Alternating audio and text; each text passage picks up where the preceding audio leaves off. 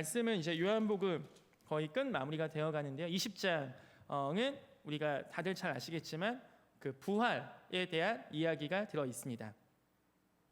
네, 우리 보니까 부활이 시급한 청년들이 많이 있습니다. 네, 얼굴 보니까 하나님께서 큰 부활을 주실 줄 믿습니다.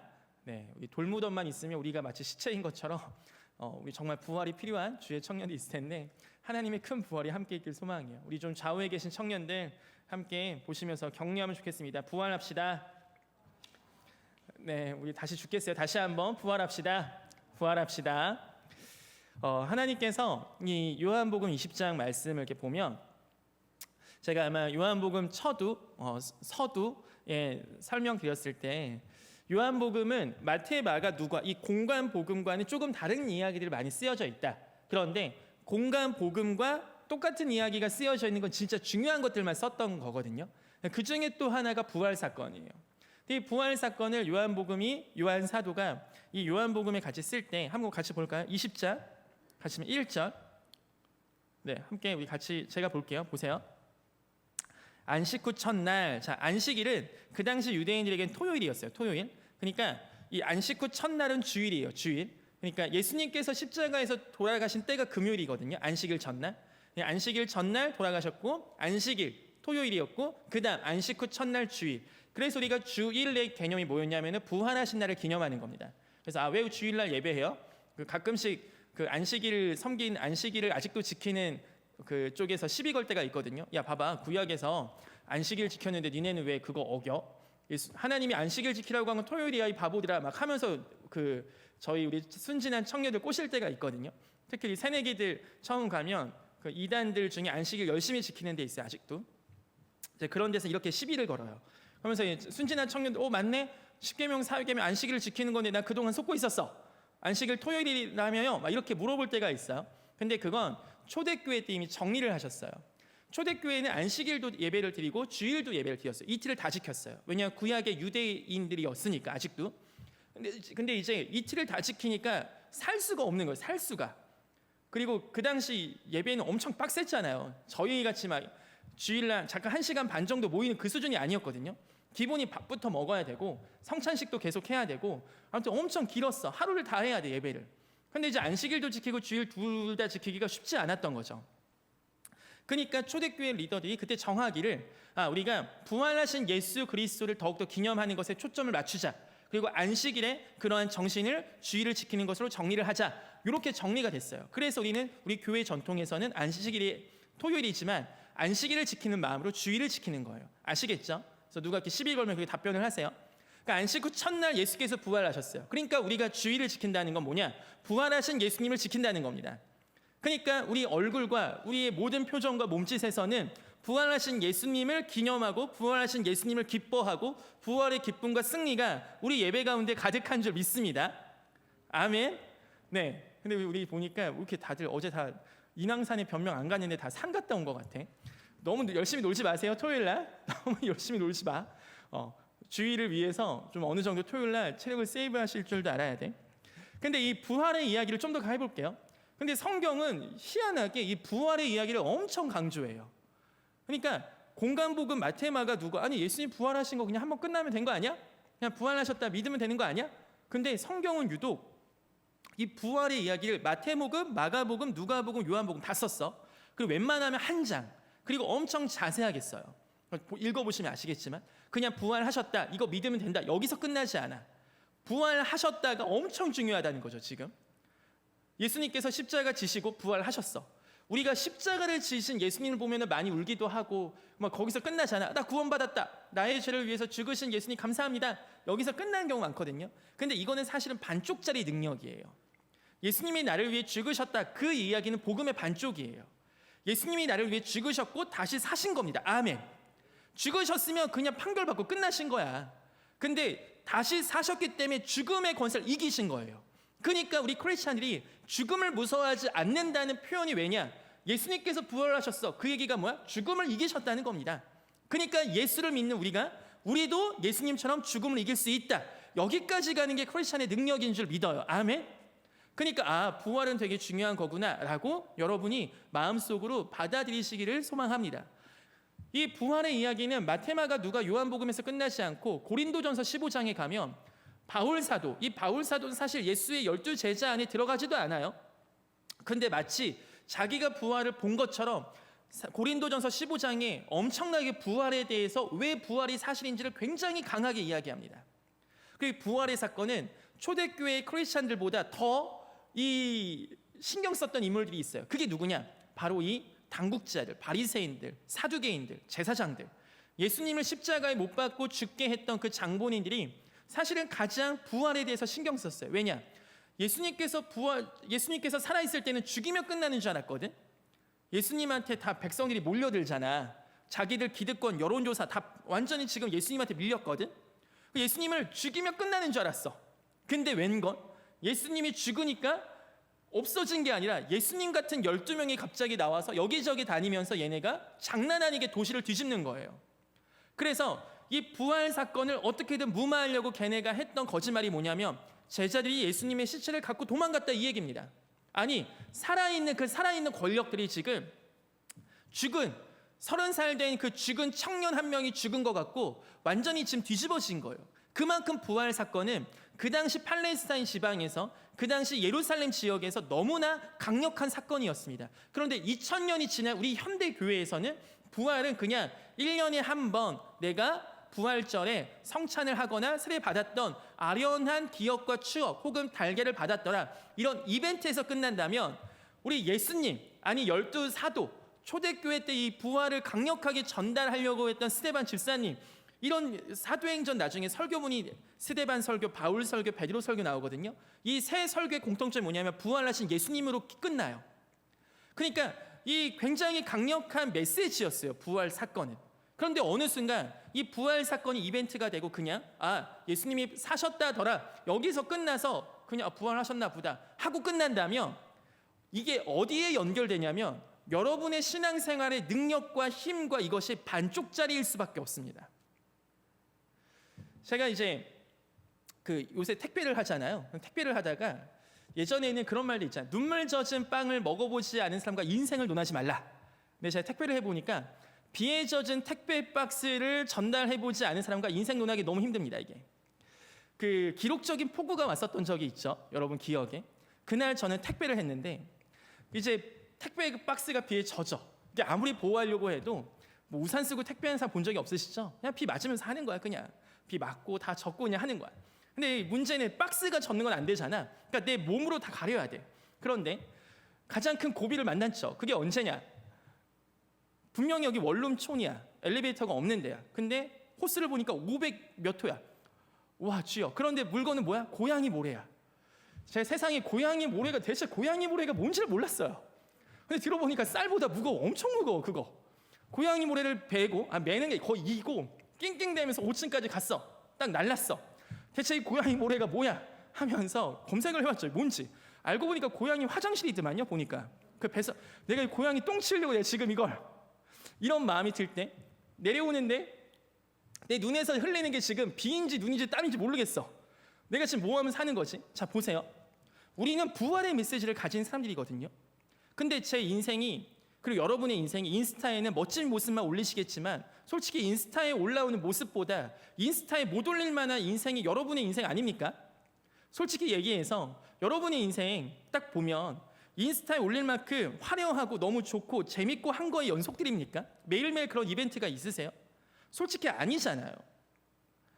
우리 인생 속에 사실 남한테 이야기하지 못하겠고 너무 구질구질한 것 같고 나는 이 세상에 난 왜 이렇게 살지? 라는 생각이 들 만큼 사실 쉽지 않고 힘든 게 여러분과 저의 인생 아니겠습니까?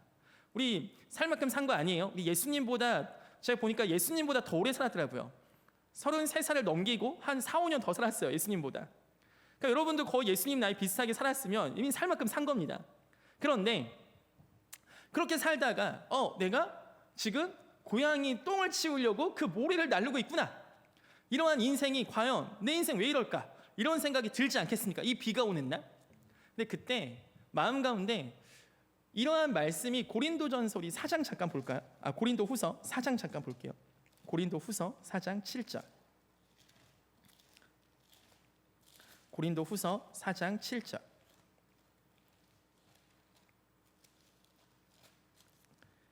우리 함께 읽어보겠습니다. 신약성경 289페이지입니다. 고린도후서 4장 7절 시작. 우리가 이 보배를 질그릇에 가졌으니 이는 이 심히 큰 능력은 하나님께 있고 우리에게 있지 아니하면 알게 하려 합니다. 사실 이게 되게 중요하거든요. 이 부활의 메시지는 성경에서 굉장히 많이 기록했고 이 사도들도 굉장히 많이 전해요. 결국은 예수의 십자가 부활을 계속 전했다고 얘기를 해요. 그러니까 이 부활의 메시지는 굉장히 판타스틱하잖아요. 너무나 환상적이지 않습니까? 사람이 죽었다가 살아났다. 우리는 실제로 본 적이 없는 거죠. 그런데 예수의 부활 사건을 전하는 사도들의 고백은 뭐냐면 자기들한테 이 능력이 있지 않다는 겁니다. 우리가 크리스찬이 됐고 예수님을 믿으면 뭔가 능력이 슈퍼맨처럼 팡팡팡팡 나오면 좋지 않겠습니까? 인생이 다 잘 풀리고 취업 딱 지원하는 데마다 바로 붙고 면접 바로 붙고 해서 어디선가 간증하기 편하고 어디선가 나 하나님 잘 믿고 교회 잘 섬기다 보니까 하나님이 내 인생에 풀어주셨어 해서 친구들 교회 데리고 오기 편하고 그러면 얼마나 좋겠습니까? 그런데 이 사도들의 고백도 무엇이냐면 우리가 분명히 보배를 가졌거든요. 우리 안에 이러한 예수의 메시지가 있거든요. 우리 안에 십자가 부활의 능력이 있거든요. 그런데 우리는 금그릇이 아니에요. 그런데 우리는 질그릇, 가장 평범한 그릇이에요. 그냥 흙으로 만든, 그냥 여기저기 다니는 주변에 보이는 흙으로 만든 너무나 평범한 그릇이에요. 그런데 그 질그릇에 보배가 담긴 거죠. 부활의 메시지를 담은 초대교회가 그랬습니다. 초대교회가 엄청난 부흥하는 교회인 것처럼 보였지만 사실은 여러 가지 위기와 핍박 속에 어디 모일 데도 없었던 거죠. 모일 데 없으니까 어디 갔습니까? 땅을 파서 거기서 예배했습니다. 모일 데 없으니까 어떻게 예배했어요? 지하 동굴 속으로 계속해서 들어갔어요. 왜? 없으니까. 그게 그들의 현실이었던 거죠. 그들은 창조주 하나님을 예배하고 부활하신 예수 그리스도를 예배하는 엄청난 예배자들이에요. 그런데 현실은 어떻습니까? 오늘 내가 예배하려고 내 손톱이 까지면서 땅을 파야 됩니다. 그게 바로 부활의 메시지를 담은 초대교회였던 거예요. 여러분, 우리는 지금 질그릇으로서 인생을 살아가지만 한 가지 우리 가운데 절대 포기하면 안 되는 게 있습니다. 그게 뭐냐면 우리 안에 이 부활의 메시지예요. 부활의 메시지가 예수 그리스도께서 십자가에서 모든 죽음을 깨부셨다. 죽음의 권세 이기셨다. 이 고백이 오늘 나의 가운데, 오늘 내가 고양이 모래를 메고서 저기 엘리베이터가 없는 원룸촌에 5층을 내가 걸어가고 있지만 제 마음속에 부활의 메시지가 제 마음을 지배하시고 제 마음을 통치하시고 이기지 않으면 내가 오늘 살아가는 현실의 팍팍함을 이길 수 없는 거죠. 부활은 우리의 모든 삶 가운데 이기게 하시는 줄 믿습니다. 예수 그리스도의 부활 사건은 그래서 그만큼 중요했어요. 그런데 생각해 봅시다. 부활의 증거 과학적으로 입증이 됐습니까? 우리 이과 친구들, 우리 그거 한 번씩 생물학적으로 모든 게 다 죽었다가 어떻게 살아나지? 자, 이거 어떻게 설명할 거예요? 과학적으로. 저는 언젠가 그런 생각이 들더라고요. 아니, 예수님 차라리 이 시대 태어나셨으면 이 시대에 죽으시고 부활하신 걸 과학적으로 증명이 될 거 아니야? DNA 검사하시고 그 다음에 이거 딱 영상 송출해서 유튜브에 쫙 뿌리시고 틱톡 15초 영상 만들어서 MZ세대 뿌리시고 하면은 거의 모든 세대에 얼마나 빨리 복음이 전파되겠어. 그런데 예수님은 그러지 않으신 거죠. 과학이라는 것이 증명하기 너무 어려운 그 시대 2000년 전에 예수님께서는 그때 오셨고 그때 죽으셨고 그때 부활하셨습니다. 그런데 우리가 한 가지 인정해야 되는 게 있죠. 우리가 아이크를 아무리 합치고 아무리 좋은 전략을 짜내도 하나님 아버지를 이기지 못합니다. 하나님이 가장 지혜로우시니까. 그러니까 하나님께서 하나님의 때에 오신 거였거든요. 하나님께서 생각하실 때 그게 제일 좋았던 거예요. 즉 부활은 합리적이고 과학적으로 증명할 게 아니라는 겁니다. 아멘. 여러분 이과 친구들만 아멘 해보세요. 아멘. 부활은 합리적이고 과학적으로 증명할 대상이 아닙니다. 왜냐? 이건 믿음이거든요. 부활은 믿음입니다. 부활은 내가 확인하고 믿는 게 아니에요. 그게 무슨 믿음이에요, 솔직히. 다 확인한 건데. 제가 남자인 걸 믿으십니까? 제가 사람인 걸 믿으십니까? 이걸 믿으세요? 이 믿음의 영역이 아니죠. 그냥 보고 확인하고 아는 거죠, 그냥. 근데 예수님은 이 부활, 하나님은 이 부활을 어느 코드에 담겨 놓으셨냐면 어느 카테고리 안에 넣으셨냐면 믿음에 넣으셨어요. 그게 바로 창조요 부활입니다. 저도 부활이 처음에 믿어지지 않았을 때, 이것이 한창 막 청소년 때 헷갈릴 때, 과학 시간, 생물 시간 배울 때 그거 어떻게 되지? 이럴 때 제 마음 가운데 그런 질문이 들더라고요. 여러분 창조를 믿으십니까? 근데 우리 청년들은 대부분 믿는 것 같아. 그렇다면 부활은 너무 쉬워요. 없던 걸 있게 생기신 그 하나님이 죽었던 걸 살리시는 거 뭐가 힘들겠습니까? 솔직히 전 그 하나님을 믿어요. 하나님을. 그 하나님이 창조하신 분이면, 내가 그 창조주 하나님을 믿으면 그 부활하신 분은 너무나 쉽게 믿어지는 거죠. 자, 부활은 믿음의 영역이에요. 그리고 하나님은 이 부활을 증거하는 방법을, 이게 저는 너무 이해가 안 됐어요. 처음에는 아까 얘기했던 과학적인 방법, 합리적인 방법, 이 시대에 딱 오셨으면 금방 전파가 될 텐데 복음이, 그런데 왜 구질구질하게 2000년 전부터 지금까지 오셨는가 했을 때 하나님께서 가장 좋아하셨던 방법이 뭐냐? 그 부활의 증거가, 지금 좌우에 계신 청년들을 보세요. 우리 고백하겠습니다. 네가 부활의 증거입니다. 다시 한번 힘차게, 네가 부활의 증거입니다. 하나님의 방법이 이거예요. 지금 우리 함께 사도행전 잠깐 볼게요. 사도행전 4장. 사도행전 4장. 제가 가진 신약 성경 192페이지입니다. 사도행전 4장 13절. 우리 함께 읽어볼게요. 사도행전 4장 13절. 시작. 그들이 베드로와 요한이 담대하게 말함을 보고 그들을 본래 학문 없는 범인으로 알았다가 이상히 여기며 또 전에 예수와 함께 있던 줄도 알고. 자, 보세요. 여기 보세요. 그 부활의 증거가 성경에 굉장히 많이 기록되어 있다 했잖아요. 그런데 이 부활의 증거가 성경만큼 사실은 굉장히 많이 파워풀하게 증거됐던 게 이 얘네들 때문이에요. 베드로와 요한. 여기서 베드로와 요한 이 장면이 뭐냐면, 얘네가 가다가 누굴 고쳤네, 또 애들이 예수님한테 몰리듯이 얘네한테 몰리네, 안 되겠다, 얘네들 일단 잡아놔. 잡혔어요. 그래서 베드로와 요한이 예전 같으면 도망갔잖아. 안 도망가 이번에 얘네가. 그리고 막 얘기하는 거야. 제사장들 앞에서 막 설교를 하네. 그러니까 얘네가 깜짝 놀랐어요. 이 제사장들하고 얘네 지금 살아있는 권력들이. 아니 얘네 도망갔던 애들이잖아. 얘네 학문 없는 범인들. 진짜 저기서 동네에서 고기나 잡던 저 갈릴리 촌놈들 아니야. 그런데 얘네가 지금 우리 앞에서 이렇게 얘기한다고? 청와대 기자회견 싹 불러놓고 국회의사당에서 막 얘기하는 겁니다. 지금 저기 동네 촌놈들이 와서 막 얘기하는 거예요. 누가 뭐라고 하든 예수 그리스도의 십자가 부활 사건을 막 얘기하는 거예요. 자, 이거의 기점이 어디입니까? 도마가 예수님을 의심하다가 끝까지 주 앞에 충성하는 12 사도 중에 한 명 들어간 그 기점이 어디예요? 바로 부활 사건이에요. 부활하신 예수님을 기점으로 12 사도의 인생은 완전히 바뀌어요. 그 전까지 도망가고 예수님 십자가 앞에서 하던 애들이 죽음까지 이기신 예수님을 보니까 이게 완전히 이들 안에 막을 수 없는 능력이 생긴 겁니다. 근데 이게 오늘 이 부활 사건을 어떻게 받아들이냐면, 우리 또 한번 볼게요. 요한복음 잠깐 또 같이 가보죠. 본문으로 돌아가셔서 요한복음 20장 가보세요. 20장 9절. 우리 오늘 읽었던 20장 9절. 제가 읽어볼게요. 그들은 성경에 그가 죽은 자 가운데서 다시 살아나리라 하신 말씀을 아직 알지 못하더라. 이게 요한 사도가 그 뒤에 이 코멘트를 달았어요. 얘네가 아직 그 말씀을 몰라. 요 얘기를. 그러니까 부활 사건 자체가 얘네한테 영향을 미친 게 아니고 지금 뭔가 그 중간 과정이 하나 있는 것 같아요. 누가복음 24장이 조금 더 자세하게 써 있는데 누가복음 24장 가볼게요. 누가복음 24장 6절 가보세요. 24장 6절. 누가복음 24장 6절. 신약성경 140페이지입니다. 한번 같이 읽어볼까요? 시작. 여기 계시지 않고 살아나셨느니라. 갈릴리에 계실 때 너희에게 어떻게 말씀하셨는지를 기억하라. 이르시기를 인자가 죄인의 손에 넘겨져 십자가에 못 박히고 제3일에 다시 살아나야 하리라 하셨느니라 한데, 그들이 예수의 말씀을 기억하고 무덤에서 돌아가 이 모든 것을 11 사도와 다른 모든 이에게 알리니. 자, 여기 보세요. 여기서 예수님의 부활 사건을 처음 봤어. 근데 봤을 땐, 그걸 목격했을 땐 다들 무서워해요. 그리고 진짜 시체가 도둑간지인 줄 알아. 얘네도 예수님을 못 알아봐 다.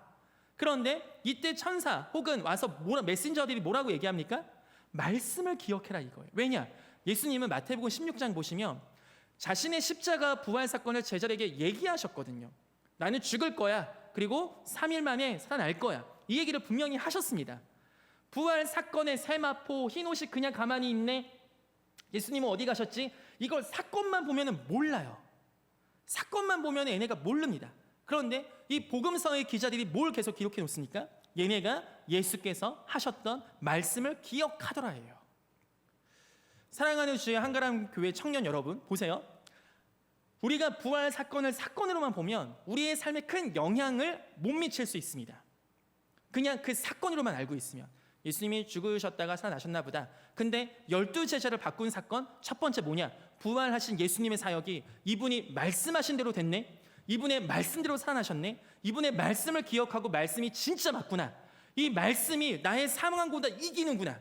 이 말씀이 나의 삶보다 이기는구나. 이걸 경험할 때 우리의 삶의 진정한 변화를 맞아들이는 줄 믿습니다. 아멘. 그래서 말씀이 내 생각보다 위에 있고 말씀이 나 상황보다 위에 있고 이 말씀이 내 모든 행동의 결정 기준이 되겠구나. 이게 과연 여러분의 삶이 우리 크리스찬의 삶에 있냐는 말이에요. 지금 우리 고백하기에는 소망하기에는 우리 사랑하는 청년들의 이 고백이 이 말씀이 여러분의 생각과 삶의 모든 위에 있으시길 소망해요. 그게 크리스찬입니다. 그게 능력 있는 크리스찬이에요. 그래서 우리 청년들에게 지난 수련회부터 계속하여 말씀 묵상, 이 말씀의 능력, 말씀의 힘, 부활을 경험한 자들, 그리고 그 말씀의 능력으로 성령께서 우리 가운데 오셔서 성령의 충만함을 받고 베드로와 요한이 변화되는 것처럼 이 부활과 성령, 이게 우리 크리스찬 이야기예요. 다른 애들 이야기가 아니고. 그러니까 내 안에는 십자가 부활 사건의 메시지가 있구나. 그리고 나에게 성령께서 오셔서 성령님의 충만함이 내 안에 있구나. 요게 정리가 된 애들이 크리스찬이에요. 근데 요게 정리가 안 되면 쉽지가 않아요. 내가 크리스찬인데 정체성이 어디서 와? 나 어려서부터 교회 다녔어. 여기서부터 이게 쉽지가 않아. 오늘 여러분에게 한번 점검하는 시간이 있었으면 좋겠어요. 여러분이 크리스찬이라고 고백하십니까? 예수님을 믿는다 고백하세요? 그렇다면 십자가 부활 사건을 여러분 마음 가운데 중앙에 계십니까? 그리고 여러분의 삶에는 십자가 부활 사건을 믿고 주께서 보내주신 성령께서 여러분 안에 충만하게 임하신 줄 믿으십니까? 요게 크리스찬의 정체성이에요. 자, 이 얘기만 마지막 하고 마칠게요. 그럼 성령의 충만을 우리가 구해야 되잖아요. 어떻게 하면 성령 충만할 수 있을까요? 어떻게 하면? 이건 근데 너무 쉬워. 예수님이 딱 한 가지 얘기했어. 기도하라고 하셨어요. 성령이 위로부터 입 비우실 때까지 아니라 기도해라 이 얘기하셨어요. 성령 충만은 어떻게 받냐? 기도입니다. 그러니까 우리의 신앙의 축은 말씀과 기도인 거예요. 말씀, 핵심 뭐죠? 십자가 부활, 그 복음을 중심으로 한 말씀, 내가 이걸 믿는 거죠. 한 축의 말씀, 내가 그리고 기도입니다. 내가 이 말씀을 지성적으로만 아는 게 아니라 내 모든 삶의 믿음의 영역으로 하나님 임재가 됐기를 소망합니다 하면서 기도하는 것. 질문합니다. 여러분 일주일 동안 얼마나 말씀 생활 하셨습니까? 질문합니다. 여러분이 일주일에 얼마나 기도 생활 하셨습니까? 여러분의 시간 안에 크리스찬적인 시간표가 없다면 여러분 심각하게 고민하셔야 돼요. 그래서 이번 주에 우리 보니까 우리 어린 청년들이 큐티를 이제 수련회 끝나고 시작해야지 하는데 어떻게 할지 모르잖아요. 그러니까 전 그럴 때 너무 귀여워요. 그러니까 하려고 하는데 몰라. 얼마나 귀여워. 물어봐야지. 물어봤어요. 그래서 막 제가 이제 큐티 하는 법은 이렇게 하는 거야. 그리고 이제 얘기를 했죠. 그래서 얘기를 하고 어제 이제 저희가 인왕산이라는 그 산에 등산을 했어요. 그래서 혼자 가기 심심해서 저희 집에 같이 사는 5살짜리 애기 있거든요. 걔도 같이 데리고 갔어요. 그래서 인왕산이 모르니까 저는 한 번도 안 가봤으니까 혹시 여기 5살짜리도 갈 수 있나요 하니까 청년들 거기 카톡창에 있는 청년들이 우리 리더들 네 갈 수 있어요. 갈 수 있어요. 자기가 업어줄게요. 업어줄게요. 한 번도 업어주지 않았습니다. 다 제가 업었어요. 걔네가 이제 꼬셨죠. 소에 데리고 가요 해서 데리고 갔죠. 했는데 코스가 보니까 길진 않은데 바위 코스가 있어. 그래서 순간 딱 보는 순간 나 망했다 이제. 어떻게 이걸 업고 얘를 어떻게 올라가? 근데 소혜가 가는 거예요. 어제 같이 간 청년들 증언해 주세요. 네, 당신들이 증거입니다. 내가 거짓말하지 않는다는. 얘가 가는 거예요. 혼자서 막 그 바위를 막 짚고 올라가. 그냥 다 올라가서 생각보다 너무 잘 탔어요, 얘가. 그래서 끝나고 내려오면서 물어봤어요. 소혜야, 너 어떻게 이렇게 잘 타? 하니까 나 맨날 타 그러더라고요. 뭘 맨날 타? 하니까 보니까 얘가 노는 아파트 놀이터 안에 그런 비스무리한 게 있어. 플라스틱으로 돼갖고 이렇게 계단식으로 돼서 이렇게 바위처럼 자꾸 올라가는 게 있어. 그래서 잘 맨날 탄다는 거지 이거. 제가 그걸 보고 큐티임을 느꼈다니까요. 보세요. 우리의 삶은 엄청나게 휘몰아치는 폭풍우와 엄청나게 휘몰아치는 태풍이 올 때가 있어요. 그런데 그거는 매일매일 있는 건 아니에요. 솔직히. 제가 매일매일 비 맞으면서 고양이 모래 5층까지 배달하는 게 어쩌다 한 번. 근데 우리의 삶은 그게 너무나 큰 추억이 되고 큰 기억이 돼서 어떻게 돼요? 우리 너무 무기력하다고 생각해요. 그런데 소혜가 인왕산을 맨날 간 게 아니잖아요. 그런데 얘가 인왕산을 갈 수 있었던 원동력은 어디서 왔냐면 소혜가 어린이집 4시에 딱 끝나면은 자기 패밀리가 있어. 4명, 5명. 다 이름에 지가 들어가 있어. 지유, 지호, 지아님 해갖고 그 지 패밀리가 있거든. 얘네 안에 소혜가 딱 들어가 있어. 4명, 5명 패밀리가 있어. 그래서 얘네 끝나면 다 가방을 엄마한테 다 주고 다 어디를 모이냐면 딱 놀이터에 모여. 그래서 모여서 인원 체크 딱 하고 자기들 간식 싸온 거 나눠 먹어 막. 누가 안 왔네, 누구 왔네 하면서 나눠 먹어. 나눠 먹고 준비한 아이템들, 뭐 물총 갖고 오면 물총 막 갖고 놀아 자기들끼리. 그리고 막 노는 것이 자 이것이 이 아이의 루틴이야. 1시간 동안 놀아. 그러니까 엄마, 아빠, 할머니 무슨 죄야? 거기서 1시간 동안 그 땡볕에 서 있고 애들 안아주고 해야 되는 게. 근데 이 아이가 1시간 동안 그냥 노는 거지. 그거 타고 올라갔다 점프하고 이걸 계속 하다 보니까 인왕산에 있는 그 바위산 같은 게 그 바위 코스가 얘한테는 늘 해왔던 거예요. 우리의 삶이 사실 그런 겁니다. 우리의 삶이 십자가 부활 이게 뭐예요? 시시하잖아요. 아니에요. 내가 오늘 하는 큐티는 이상해요. 은혜 못 받은 것 같아요. 아니에요. 내가 오늘 그냥 말씀 3번 읽고 아 오늘 예수님이 나한테 이렇게 살라고 하시나 보다. 하나님은 이런 분이시네. 이렇게 간단하게 내가 써보고 그 말씀 구절을 내가 핸드폰에 저장해보고 인스타에 올려보고 스토리에 올려보고 내가 그렇게 박제해보고 나 오늘 이런 삶을 살고 싶다 고백해보는 거죠 그냥. 그리고 그렇게 하나님 앞에 나아가다 보니까 예전에는 이게 너무나 커 보였고 예전에 너무 태풍 같고 폭풍 같았는데 내가 오늘 해보는 거죠. 왜? 난 늘 했었으니까. 왜냐? 우리는 보배를 담은 질그릇이니까요. 우리 안에 힘이 있는 게 아니라 내가 계속해서 묵상했던 그 말씀 자체가 힘이 되니까요. 내가 슈퍼맨이 된 게 아닌데 나는 여전히 신은온데 내 안에 있는 주의 말씀이 내 안에 있는 주의 능력이 내 안에 있는 주의 사랑이 나를 다시 한번 이끌고 가주시니까요. 그걸 경험해야 이게 증거가 됩니다. 그걸 경험해봐야 이게 힘이 나와요. 여러분에게는 그러한 힘이 없습니다. 오직 그 힘은 주님에게만 있어요. 그러니까 말씀을 묵상하셔야 돼요. 이 말씀 묵상이 여러분에게 있지 않으면 여러분이 얼마나 큰 사역을 했고 얼마나 큰 봉사를 했고 얼마나 큰 단기 선교를 갔다 왔는지 다 까먹어요. 그냥 솔직히 얘기하면 수련회 때 얼마나 큰 은혜를 받으셨든 다 까먹습니다. 말씀 묵상이 없으면. 그래서 제가 우리 청년들하고 같이 교제하고 혹은 뭐 우리 교회가 아니고 선교단체들 어디든 야 너 이제 하산할 때가 된 것 같아. 너 이제 더 이상 내가 필요 없다. 나한테 굳이 배우지 않아도 될 것 같아 하는 순간이 언제냐면 얘 혼자 말씀 묵상할 때예요. 우리 사랑하는 우리 한가람교회 청년들이 혼자 말씀 묵상이 되는 청년들이 되시길 소망합니다. 그리고 그렇게 살아가셔야 돼요. 그렇게 버티셔야 되고 그래서 그때 주님께 은혜 받는 겁니다. 그래서 고양이 모래를 5층까지 다 나르고 나서 내려오 터벅터벅 내려오는데 마음 가운데 주님 앞에 살짝쿵 원망이 되는 거죠. 왜 오늘 고양이 모래가 3개나 있어요 주님 하는 그 원망이 오늘 비가 이렇게 추적추적 와요. 그런데 그때 갑자기 그날 읽은 말씀, 그날 읽은 큐티, 그날 묵상한 내용 십자가 예수 그리스도가 예수님께서 정말로 그 나무를 지시고 올라가셨던 거. 근데 그 모습이 와 나는 그 알지도 못하는 고양이 똥을 위해서 이렇게 올라갔는데 우리 예수님께서도 이 5층 엘리베이터가 없는 5층과 비교되지도 않은 그 골고다 언덕을 혼자서 채찍질 받으시면서 침 당하시면서 그렇게 올라가셨잖아요. 와, 이 고생이 이 고통이 예수님의 십자가는 그냥 낭만적인 게 아니구나. 예수의 십자가는 그냥 머릿속에서 내가 한번 죽어줄게 그런 일시적인 고통이 아니구나. 진짜 싫으셨겠다. 진짜 힘드셨겠다. 진짜 짜증나셨겠다. 근데 이 모든 걸 다 참고 했던 그것의 마지막 결론은 저는 거기에 딱 배달하면 저한테 820원이 떨어지거든요. 그 820원을 위해서 저는 한 거지만 우리 예수님께서는 820원과는 비교되지 않는 저의 생명을 위해 하신 겁니다.